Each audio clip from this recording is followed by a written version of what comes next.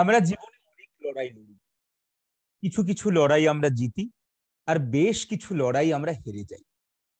আজকের ভিডিওতে আমি আমার একটা লড়াইয়ের কথা বলবো। এমন একটা লড়াই, যে লড়াইটার জন্য আমি কখনো প্রস্তুত ছিলাম না।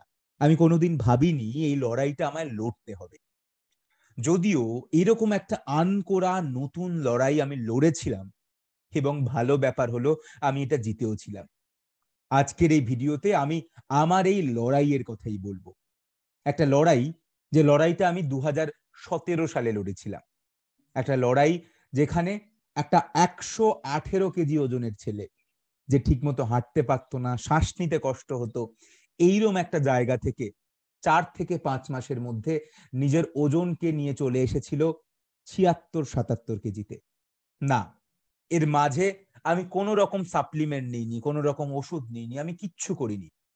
কিছু নর্মাল জিনিস ফলো করেছিলাম, এবং তার ফলেই এই 4-5 মাসের মধ্যে আমি আমি এই লড়াইটা জিতে নিয়েছিলাম।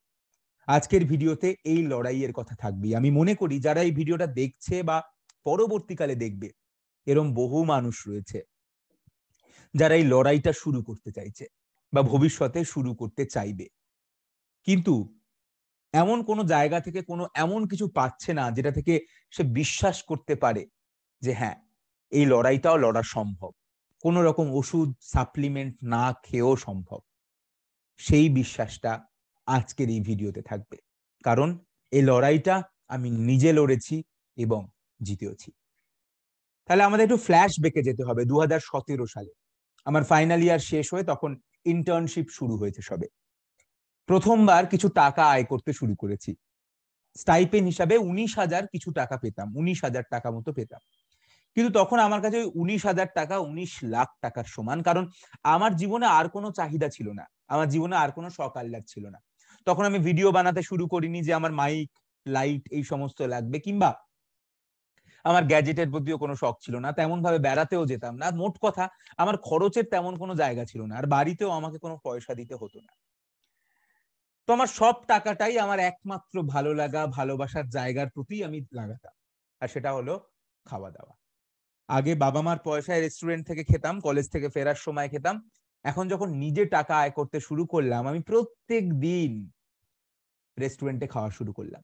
ওই মেডিকেল কলেজের চত্বরের আশেপাশে প্রচুর খাবার দোকান রয়েছে, প্যারামাউন্ট থেকে, কফি হাউস থেকে, ফুড স্টেশন থেকে, হিন্দুস্তান ধাবা থেকে প্রচুর রেস্টুরেন্ট রয়েছে। আর মেট্রো করে একটু গেলেই পার্ক স্ট্রিট, পার্ক স্ট্রিটে ধরে ধরে রেস্টুরেন্ট। 19,000 টাকা পাচ্ছিলাম, এবং ওই পুরো টাকাটাই আমি খেয়ে ওড়ানো শুরু করলাম। অ্যাকচুয়ালি ছোট থেকেই আমি ওভারওয়েট ছিলাম, কোনোদিন আমি রোগা ছিলাম না। ছোটবেলায় আমার নাম অর্কদীপ হলেও আমাকে সমস্ত স্কুলের বন্ধুরা মোটা বলে রাখতো। আমার খুব একটা খারাপ লাগতো না, কারণ ছোট থেকেই আমি অভ্যস্ত ছিলাম। তাই এই মোটা হওয়া বা বেশি ওজন নিয়ে আমি কোনোদিনই ভাবিনি, আমি খেয়ে যেতাম। আমি জীবনে দুটো জিনিস শুধু অ্যাভয়েড করতাম, একটা হচ্ছে ওজন মাপা, আর একটা হচ্ছে ছবি তোলা। কারণ ছবি আমার ভালো উঠতো না, যেহেতু আমি মোটা ছিলাম। আর ওজন আমি মাপতাম না, ফালতু ডিমোটিভেট করে নিজেকে লাভ নেই। আমি জীবনে দুবার ওজন মেপেছিলাম। একবার হচ্ছে ক্লাস 5-এ, একটা কোনো ফিজিক্যাল টেস্টের জন্য ওজন মাপা হচ্ছিল, এবং ক্লাস 5, যখন আমার বয়স 10 বছর, তখন আমার ওজন ছিল 50 কেজি, আমার এখনো মনে আছে। আর দ্বিতীয়বার আমি ওজন মাপি এমবিবিএস এ ঢোকার সময়, যখন আমার বয়স 18 বছর, তখন আমার ওজন এসেছিল 95 কেজি। এই দুইবারই আমি ওজন মেপেছিলাম, এই নিয়ে আর বেশি কিছু ভাবিনি। তো ইন্টার্নশিপে যখন 19,000 টাকা পাওয়া শুরু করলাম, আমি ওই পুরো টাকাটা দিয়েই রোজ নতুন নতুন রেস্টুরেন্ট, নতুন নতুন খাবার খাওয়া শুরু করলাম। ভাবতামই না যে কি হচ্ছে, ভাবার চেষ্টাও করতাম না। খাওয়া চলতে থাকতো, এদিকে যে কি কি বাড়ছে সেগুলো নিয়ে অত ভাবতাম না, কিন্তু আমি খুব খুশি ছিলাম। আমি যদি কিছু ছবি দেখাই, সেই সময়কার যদি কিছু ছবি দেখাই, 2021-এর যখন শুরু হয়েছে, এটা একটা পিকনিকের ছবি। আমি প্রচন্ড মোটা ছিলাম তখন। অ্যাকচুয়ালি আমার হাইটটা যেহেতু বেশি, 5'11", তাই আমার আলাদা করে ভুঁড়ি বোঝা যায় না। কিন্তু অ্যাকচুয়ালি আমার পুরো কলেবরে আমি অনেক চওড়া ছিলাম, অনেক আয়তনে বেশি ছিলাম। তো প্রচুর ওজন ছিল তখন আমার, কিন্তু আমি খুশি ছিলাম। দেখো, আমি হাসছি, আমি খুব খুশি ছিলাম, কারণ খাওয়াতে আমার সমস্ত খুশি থাকতো। তো এটা একটা পিকনিকের ছবি, এবং আমি অসম্ভব মোটা ছিলাম সেই সময়। আহ হাঁটতে খুব একটা পছন্দ করতাম না, হাঁটলে হাঁপিয়ে পড়তাম, তাই বসে থাকতাম একটা জায়গায় বেশিরভাগ সময়। তো এইরকম ভাবে দিন চলছিল। এরকম ভাবে একটা একটা সময় আসে, জুলাই মাস আসে। জুলাই মাসে আমার কলেজের খুব কাছের বন্ধু হেমাবোর বাড়িতে একটা অনুষ্ঠান ছিল। আমি জেনারেলি কাউকে ছবি তুলতে দিতাম না, তো হেমাবো বললো ডিএসএলআর এর একটা ছবি তুলি, তোর রোগা ছবি উঠবে। তো আমি বললাম আমি একা তুলবো না, গ্রুপে তুললে তুলবো। বললো ঠিক আছে গ্রুপে তোল, তোকে আমি রোগা করে দেবো। তো একটা ডিএসএলআর এর ছবি তুলি, ছবিটা দেখি, দেখে মনে হয় যে ঠিকই আছে। তো তখনও সে ফেসবুকে পোস্ট করেনি, আমি শুধু ক্যামেরার মধ্যে ছবিটা দেখছিলাম। এর পরের দিন আমি কলেজে গেছিলাম, কলেজে গিয়ে ক্যান্টিনে বসে যথারীতি আমি আমার প্রিয় কাজটা করছি, মানে খাচ্ছি, মোগলাই খাচ্ছিলাম। তো এরকম সময় কলেজে আমার ক্যান্টিনে একজন সিনিয়র দাদা ঢোকেন, যার সঙ্গে আমার শেষবার দেখা হয়েছিল সেকেন্ড ইয়ারে, যখন আমি সেকেন্ড ইয়ারে পড়ি। দাদার সঙ্গে আমার ভালো সম্পর্ক ছিল। ঢুকেই আমার দিকে তাকিয়ে দেখলাম দাদা 3-4 সেকেন্ড দাঁড়িয়ে রয়েছে, আমাকে যেন দেখছে। তারপরে আমাকে বলল, অর্কদীপ, কি করেছিস তুই এটা? আমি ঘাবড়ে গেলাম, কি বুঝতে পারলাম না কি নিয়ে বলছে। আমি তো মোগলাই খাচ্ছিলাম। বললাম কেন দাদা, কি হয়েছে? বলছে তুই তো ফেটে যাবি, কি চেহারা এটা তোর। আমি বললাম যে দাদা কি করা যাবে, এত খেতে ভালোবাসি, আর দেখছি দেখছি কি করা যায়, খুব একটা আর পাত্তা দিইনি। দাদাও দেখলো যে এখানে একে বলে খুব একটা লাভ নেই, তাই বেশি কথা না বাড়িয়ে দাদা চলে যায়। তো ওখান থেকে বেরোই, ওই দিন বেরিয়ে আমি আমি ওই সময় প্রচুর সিনেমা দেখতে যেতাম। তো ওখান থেকে বেরিয়ে আমি আইনক্সে গেছিলাম, অ্যানাবেল বেরিয়েছিল তখন, তো অ্যানাবেল দেখতে গেছিলাম। তো অ্যানাবেল দেখেছি, দেখে বেরোচ্ছি, বেরোনোর সময় আমার আমার স্কুলের এক বন্ধুর সাথে দেখা হয়। স্কুলের বন্ধুর সাথে অনেকদিন পরে দেখা হয়, অনেকক্ষণ গল্প হয়। গল্প করার পরে স্কুলের বন্ধু শেষে বলে, অর্কদীপ একটা কথা বলবো তোকে, কিছু মনে করিস না। তোকে না আমি শুরুতে চিনতে পারিনি। দেখ তুই যখন স্কুলে ছিলিস আমরা তোকে মোটা বলে ডাকতাম, তুই মোটা ছিলিস, কিন্তু এখন তোর যে অবস্থা, এটা তো মানা যায় না। এটা কি করেছিস তুই, কিছু একটা কর। এইবার আমার মনের মধ্যে কোথাও একটা হিট করলো, কারণ একই দিনে দুজন আমাকে একই কথা বলল। তো যাই হোক, আমি আবার ওটাকে একটু বাইপাস করে বেরোলাম। তো আইনক্স থেকে বেরোচ্ছি, এরকম সময় আমি ফোনে ফেসবুকটা চেক করছিলাম, দেখলাম যে হেমাবো আগের দিনের ছবিটা পোস্ট করেছে, সেই 4 জনের ছবিটা পোস্ট করেছে। সেই ছবিটা আজও আমার কাছে রয়েছে, ক্রপ করে শুধু আমারটাই দেখাচ্ছি। এইটা আমার ছবি ছিল, যেটা হেমাবোর ডিএসএলআর এ তোলা সেই ছবি, যেটাতে হেমাবো বলেছিল আমাকে নাকি রোগা করে দেবে। এই হচ্ছে আমার সেই ছবি। একটা গেঞ্জি যেটা গায়ে হচ্ছে না, নিচের জায়গাটা ক্রপ করে দিয়েছি, তাহলে দেখাতাম প্যান্টটাও হচ্ছে না, হুকটা খুলে আসছে, প্যান্টের চেনটা অব্দি পুরোটা ওঠানো যাচ্ছে না। এতটাই এতটাই চাপ নেওয়ার ক্ষমতা নেই। কোমরের সাইজ তখন আমার 42, এবং এই অবস্থা তখন আমার। এই ছবিটা যখন দেখলাম প্রথমবারের জন্য, আমার মনের মধ্যে খুব খারাপ লাগা তৈরি হলো। এরকম খারাপ আমার আগে কখনো লাগেনি, এরকম খারাপ আমার আগে কোনোদিন লাগেনি। একই দিনে 3টে ঘটনা, প্রথমে দাদা, তারপরে বন্ধু, তারপরে এই ছবি, আমাকে পুরোপুরি নাড়িয়ে দিল। এবং প্রথমবারের জন্য আমাকে মনে হলো যে যা হচ্ছে তা ঠিক নয়, এখান থেকে আমাকে বেরোতে হবে, আমাকে চেঞ্জ করতে হবে।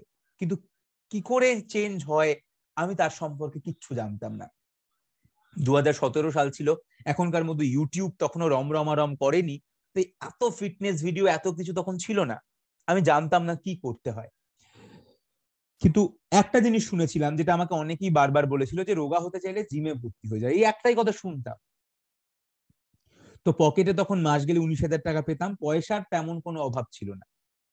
তো আমি ঠিক করলাম আইনক্স থেকে বেরিয়ে প্রথম যে জিমটা পড়বে আমি সেই জিমটাতেই যাব। তো বেরোনোর পরে প্রথমেই বাঁ হাতে একটা জিম পড়লো, একটা শহুরে well equipped gym, AC gym, বড় জিম। আমি সেদিনও এই গেঞ্জিটাই পরেছিলাম।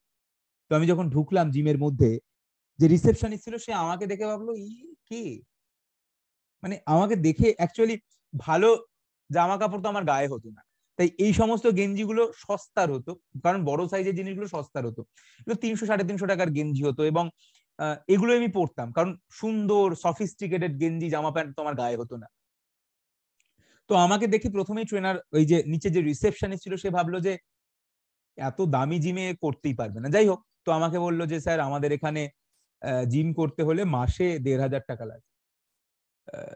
এটা তো স্যার একটু well equipped gym, personal trainer থাকে, তো মাসে 1,500 টাকা লাগে। 3 মাসের টাকাটা আমরা একসাথে নিই, 4,500। আর অ্যাডমিশন ফিস যাবে আরো 1,500, মানে আপনাকে এখনই 6,000 টাকা মিনিমাম পে করতে হবে পরের 3 মাস জিম করার জন্য। সেদিন আমি পুরো অন্য ফ্লোতে ছিলাম, আমি হয়তো অন্য জায়গায় 6,000 টাকা খরচ করতে হলে আমি ভাবতাম দুবার, কিন্তু তখন আমার কাছে টাকা ছিল, কারণ আমি মাসে মাসে 19,000 টাকা পাই। তো আমি আমার কার্ডটা দিয়ে দিলাম, দিয়ে বললাম সোয়াইপ করে। ঘাবড়ে গেল একটু, যাই হোক, কারণ হয়তো এক্সপেক্ট করেনি যে আমি এক কথায় রাজি হয়ে যাব। তো সোয়াইপ করলো, আমার বিল দিল, দিয়ে বললো স্যার তাহলে কবে থেকে জিমে আসবে? আমি বললাম কবে থেকে নয়, আমি এক্ষুনি আজ থেকে জিম শুরু করবো। বললো স্যার আপনার কাছে তো ড্রেস নেই। ড্রেসের প্রয়োজন নেই, জুতোটা খুলে দেবো, জুতোটা খুলে খালি পায়ে যেটুকু জিম হয় সেইটুকু করবো, কিন্তু আমি আজকেই করবো। সেই জন্যই টাকাটা এখন দিলাম। আমার এই আত্মবিশ্বাস বা আমার এই ডেসপারেশন দেখে রিসেপশনিস্ট আর কথা বাড়ায়নি, আমায় জিমের মধ্যে নিয়ে গেল। সেখানে ট্রেনার ছিলেন সঞ্জয় স্যার, সঞ্জয় স্যার মধ্যমগ্রামে থাকে। তো সঞ্জয় স্যার আমাকে বললো যে তুমি জিম করবে, আচ্ছা ঠিক আছে, প্রথমে আগে ওয়েট মেশিনে ওঠো। এর আগে আমি দুবার ওয়েট মেশিনে উঠেছি, একবার 5-এ 50 কেজি, একবার এমবিবিএস এ ঢোকার সময় 95 কেজি। ওয়েট মেশিনে উঠলাম, ওজন দেখালো 117.8, 118 কেজি অলমোস্ট। দেখে আমি আরো বেশি ডিমোটিভেট হয়ে গেলাম। আমি ভাবলাম যে 118 কেজি, 2017 সাল জুলাই মাস, 118 কেজি ওজন। আমি বললাম স্যার এটা তো সম্ভব নয় মনে হচ্ছে। সঞ্জয় স্যার আমার দিকে তাকালো, একটু হেসে বলল সব সম্ভব, আমাকে একটা মাস দাও, তারপরেই দেখো তুমিও বিশ্বাস করতে শুরু করবে তুমি সম্ভব। যাই হোক, সঞ্জয় স্যারের কথাটা, এই যে ডিমোটিভেশন যেটা আমার মধ্যে কাজ করছিল সেটা কিছুটা চলে গেল। সঞ্জয় স্যার শুরু ট্রেডমিল রাখা ছিল, আমাকে ট্রেডমিলে উঠতে বললো, উঠে বলল হাঁটো। আমাকে স্পিড দিয়েছিল 2, মানে 2 কিলোমিটার প্রতি ঘন্টা, এই স্পিডে আমি হাঁটা শুরু করলাম। আমার তাতেও কষ্ট হচ্ছিল, ওটা কমিয়ে 1 করলো। আমি হাঁটলাম, বললো দেখো তোমাকে 10 মিনিট হাঁটতে হবে, একটু কষ্ট হবে, কিন্তু 1 মানে তুমি এত কম স্পিডে কোনোদিন হাঁটোনি, 1-এ হাঁটো। মানে 1 ঘন্টায় 1 কিলোমিটার স্পিডে আমি হাঁটা শুরু করলাম। 10 মিনিট হাঁটলাম, 10 মিনিট হাঁটে নামলাম, আমার অবস্থা কাহিল। তারপর সন্ধ্যা স্যার আরো কিছু এদিক ওদিক ট্রিক দেখালো, আরো কিছু করলো, বাড়ি চলে এলাম। বাড়ি চলে এসে আমার বাড়িতে সবসময় আমার ফ্রিজে কোল্ড ড্রিঙ্কস থাকতো, কেক থাকতো, চকলেট থাকতো, এইসব থাকতো। আমি এলাম এবং এসে আমার এখনো মনে আছে, আমি কোল্ড ড্রিঙ্কস এর বোতল নিয়ে কোল্ড ড্রিঙ্কসটা মাটির মধ্যে ফেলে দিয়েছিলাম, চকলেটটাকে পুকুরের জলে ফেলে দিয়েছিলাম, আর কেকটাকেও ফেলে দিয়েছিলাম। আমি ঠিক করে নিয়েছিলাম আজ থেকে আমি আর কিচ্ছু খাবো না। ডাক্তার ছিলাম, একটু আধটু জ্ঞান ছিল, তাই জানতাম যে কোন রকম রিফাইন্ড ময়দার জিনিস কিংবা অ্যাডেড সুগার, চিনি বা ময়দা জাতীয় জিনিস, এই দুটো জিনিসকে যদি অ্যাভয়েড করা যায় তাহলে শুরুতেই খেলা ঘুরতে থাকে। তো সেই দিন থেকে আমি আমার নিজস্ব একটা ডায়েট প্ল্যান শুরু করলাম। আমি জানতাম যে দিনে আমি ওই 1400-1500 ক্যালোরির বেশি খাবো না। তো ক্যালোরি ক্যালকুলেশন করে খাওয়া শুরু করলাম, সবই খেতাম, একটু ভাত, একটু রুটি, চিকেন, মাছ, সবই যা যা বাড়িতে হয়, সবজি যা যা বাড়িতে হয় তাই খাওয়া শুরু করলাম। কিন্তু কোনো অ্যাডেড সুগার, চিনি খাওয়া বন্ধ করে দিলাম, আর ময়দা জাতীয় সব জিনিস, লুচি, পরোটা বা বাইরের যে নুডলস, চাউমিন, ময়দা জাতীয় সব জিনিস খাওয়া বন্ধ করে দিলাম। ইভেন রেস্টুরেন্টের খাওয়াটা তো পুরো, বাইরের খাবার তো পুরো বন্ধ করে দিয়েছিলাম সেই দিন থেকে। খুব কষ্ট হতো, খুব কষ্ট হতো, প্রচন্ড ক্রেভিং হতো। আমার এখনো মনে আছে, প্রথম 2-3 দিন ডেসপারেশন থাকে, কিছু মনে হয় না, কিন্তু 3-4 দিন পর থেকে না আর রাখা যায় না, মনে হয় যে পারছি না। রেস্টুরেন্ট চোখের সামনে, মনে হচ্ছে এক্ষুনি গিয়ে একটা mixed fried rice, chilli chicken order দিয়ে দিই, একটা মিক্সড চাউমিন খেয়ে নিই, একটা একটা একটা ড্রামস অফ হেভেন খেয়ে নিই, একটা এগ রোল খেয়ে নিই, একটা মোগলাই খেয়ে নিই। নিজেকে সব রকম ভাবে বোঝাতাম যে না, খুব কষ্ট হয়, খুব কষ্ট হয়, এইটাই কষ্ট, আর কোনো কষ্ট নেই। কিন্তু কারণ জিমে গিয়ে 40-45 মিনিট ওই ট্রেডমিল করতে আর কিছু এক্সারসাইজ করতে, দু একটা ওজন তুলতে খুব একটা কষ্ট হয় না, কষ্ট হয় এই জায়গাটায়। অ্যাকচুয়ালি একটা কথা ছিল যে এভারেস্টে যে উঠতে চায় তার আগে তার মন পৌঁছে যায়, তার আগে তার মনটা পৌঁছে যায়, সে কিন্তু অনেক পরে পৌঁছায়। তাই সবার আগে মনকে বলতে হবে যে হ্যাঁ এটা সম্ভব, কারণ মনই চাইবে না এটা করতে। কারণ কোনোদিন মন এভাবে ভাবেনি, মন কোনোদিন ভাবেনি যে প্রত্যেকদিন মোগলাই ঢুকবে না, এগরোল ঢুকবে না। তাই পুরো খেলাটা কিন্তু মনের ওপর। সেই লড়াইটা আমি লড়তে থাকলাম, প্রচন্ড কষ্ট হতো, প্রচন্ড কষ্ট হতো, মানে আমি আর পারতাম না। কিন্তু যাই হোক, এইভাবে লড়াই শুরু হলো। 1 মাস পরে আমার ওজন এসে দাঁড়ালো 110 কেজিতে। মানে প্রথম মাসে আমি 8 কেজি ওজন কমিয়ে ফেলেছিলাম। আগস্ট মাসের শুরুতেই আমার ওজন এসে দাঁড়ায় 110 কেজিতে। 8 কেজি ওজন শুরুতেই আমি কমিয়ে ফেলি। অ্যাকচুয়ালি শুরুর দিকে একটু তাড়াতাড়ি ওজন কমে, কারণ ওয়াটার ওয়েট একটু কমে যায় এক্সারসাইজ করার জন্য, এবং শুরুতে ডায়েট করার জন্য একটু তাড়াতাড়ি ওজনটা কমে। তো 8 কেজি ওজন, তো এইটা আমার জন্য একটা বড় স্টিমুলাস ছিল, যে আমি দেখলাম হ্যাঁ সম্ভব, 1 মাসে 8 কেজি কমে গেছে। ততদিনে আমি একটু বেশি ফিট হয়ে উঠেছি, কারণ রোজ হাঁটতে শুরু করে আমার একটু ফ্লেক্সিবিলিটি বেড়ে গেছে, আমার ফিটনেস বেড়ে গেছে, আমি মনকেও অনেকটা কন্ট্রোলে এনে ফেলেছি। লড়াই চলতে থাকলো। জুলাই মাস, আগস্ট মাস, সেপ্টেম্বর, অক্টোবর, নভেম্বর, ডিসেম্বর, লড়াই চলতে থাকলো। কিছুদিন পরে আমি রাস্তায় দৌড়ানো শুরু করলাম। শুরুর দিকে দৌড়াতে পারতাম না, আমি ঠিক করে নিয়েছিলাম যে 100 মিটার দৌড়াবো, 100 মিটার হাঁটবো, আবার 100 মিটার দৌড়াবো, 100 মিটার হাঁটবো। এইভাবে রোজ 30 মিনিট আমি এই জিনিসটাকে, এই সাইকেলটাকে ফলো করতাম। এবং এরকম করতে করতে করতে করতে করতে করতে জানুয়ারি মাস চলে এলো, আমার কনভোকেশনের মাস চলে এলো, যখন আমি এমবিবিএস এর ডিগ্রিটা পেলাম 2018 সাল। তো এই পুরো ফেজটায় আমি যত না পরিশ্রম করেছি, তার থেকে বেশি লড়াই করেছি আমার মনের সাথে। এবং ফাইনালি সেই দিন চলে এলো যখন আমি কনভোকেট হলাম।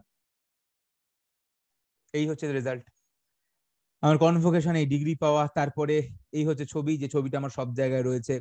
এবং তারপরে আমার একটা পিকনিক, প্রথম পিকনিকের ছবিটা দেখিয়েছিলাম মনে হয়, এইটা আমার প্রথম পিকনিকের ছবি, ইন্টার্নশিপের শুরুর দিকে। আর ইন্টার্নশিপের শেষ পিকনিকের ছবি এই ছবি। এবং আমার মনে হচ্ছে যখন এই ছবিটা, এইটাও হেমাবর তোলা, হেমাবর একই ক্যামেরায় তোলা, এই ছবিটাও হেমাবর তোলা, এই ছবিটাও হেমাবর তোলা, একই ক্যামেরায় তোলা। যখন এই ছবিটা হেমাবর তুললো এবং হেমাবর যখন পেলাম, তখন মনে হলো যে হ্যাঁ, লড়াইটা আমি জিতে গেছি, এই লড়াইটা জেতা সম্ভব। শুধু ডায়েট, কিছুটা জিম, তার থেকে অনেকটা বেশি মনের সাথে লড়াই। যারা যারা এই লড়াইটা করবে ভাবছো, দেরি করো না, আজ থেকেই লড়াইটা শুরু করো, এক্ষুনি শুরু করো, তাহলেই সম্ভব, তাহলেই সম্ভব এই লড়াইকে জেতা। তাহলেই এই ট্রান্সফরমেশনটা কোনো রকম ওষুধ, কোনো রকম কোনো রকম সাপ্লিমেন্ট, কোনো রকম কিছু ছাড়া এই ট্রান্সফরমেশনটা পসিবল 4 থেকে 5 মাসের মধ্যে। লড়াইটা বেশি মনের সাথে। আর ছোট্ট যেটা টিপস দিলাম, চিনি খাওয়া বন্ধ করে যদি দাও, এবং তার সঙ্গে চিনি মানে অ্যাডেড সুগার, প্রত্যেকটা খাবারের মধ্যে নর্মাল চিনি থাকেই, গ্লুকোজ থাকেই, সেটাই যথেষ্ট, তার সঙ্গে এক্সট্রা চিনি নেওয়াটার প্রয়োজন নেই। আর ময়দা জাতীয় খাবার যদি অ্যাভয়েড করতে পারো, পরোটা, লুচি, চাউমিন, নুডলস বা চিলি চিকেনের ওপরে ওই যে ময়দার কোটিং থাকে, এই সমস্ত ময়দা জাতীয় জিনিস যদি বাদ দিতে পারো, তাহলে খেলা চেঞ্জ হতে শুরু করবে। আর তার সঙ্গে প্রত্যেক দিন 30 থেকে 40 মিনিট এক্সারসাইজ, সেটা যেখানে হোক, জিমে যাওয়া হোক, রাস্তায় হেঁটে হোক, বাড়িতে বসে হোক, সেইটা যদি করো তবেই সম্ভব। এখন আমি জিম অনেকদিন হলো ছেড়ে দিয়েছি, জিম আর যাই না, আমার ওজন আবার অনেকটা বেড়ে গেছে, কিন্তু এখন এই লড়াইটা আমি জানি কি করে করতে হয়, তাও আমি জানি। তাই আমি আবার এই লড়াইটা করবো, আমি আবার রোগা হয়ে যাব কিছুদিনের মধ্যে, আবার এই চেহারায় ফিরে আসবো, কারণ এখন আমার বেশ কিছুটা ওজন গেইন হয়ে গেছে। তবে এই লড়াইটা এবার আমার কাছে আর কঠিন নয়। তবে যারা ভাবছো এই লড়াইটা তোমরা করতে চাইছো, তাই তোমরা দেরি করো না, কারণ লড়াইটা মনের সাথে। তাই মনকে আজই বোঝাও, মনের সঙ্গে আজই লড়াই শুরু করো, আর আজ থেকেই লড়াইটা শুরু করো। এই ট্রান্সফরমেশন সম্ভব কোন রকম সাপ্লিমেন্ট, কোন রকম ওষুধ ছাড়া। প্রপার ডায়েট, একটু এক্সারসাইজ, আর অনেকটা বেশি মনের লড়াই। এই ছিল আজকের ভিডিও যদি আমার ভিডিও যদি ভালো লেগে থাকে, তাহলে চ্যানেলটাকে সাবস্ক্রাইব করতে পারো। আর এছাড়া বাকি যে সমস্ত ফেসবুক, ইনস্টাগ্রাম, যে সমস্ত সোশ্যাল মিডিয়ার লিঙ্ক থাকে, সেগুলো ডেসক্রিপশনে থাকবে। আর তোমরা যদি নিট অ্যাসপিরেন্ট হও, তাহলে আমার টেলিগ্রাম চ্যানেল আছে, সেখানে জয়েন করতে পারো, সেইটার লিঙ্কটাও ডেসক্রিপশনে থাকবে। খুব ভালো থেকো আর লড়াইটা চালিয়ে যেও। All the best.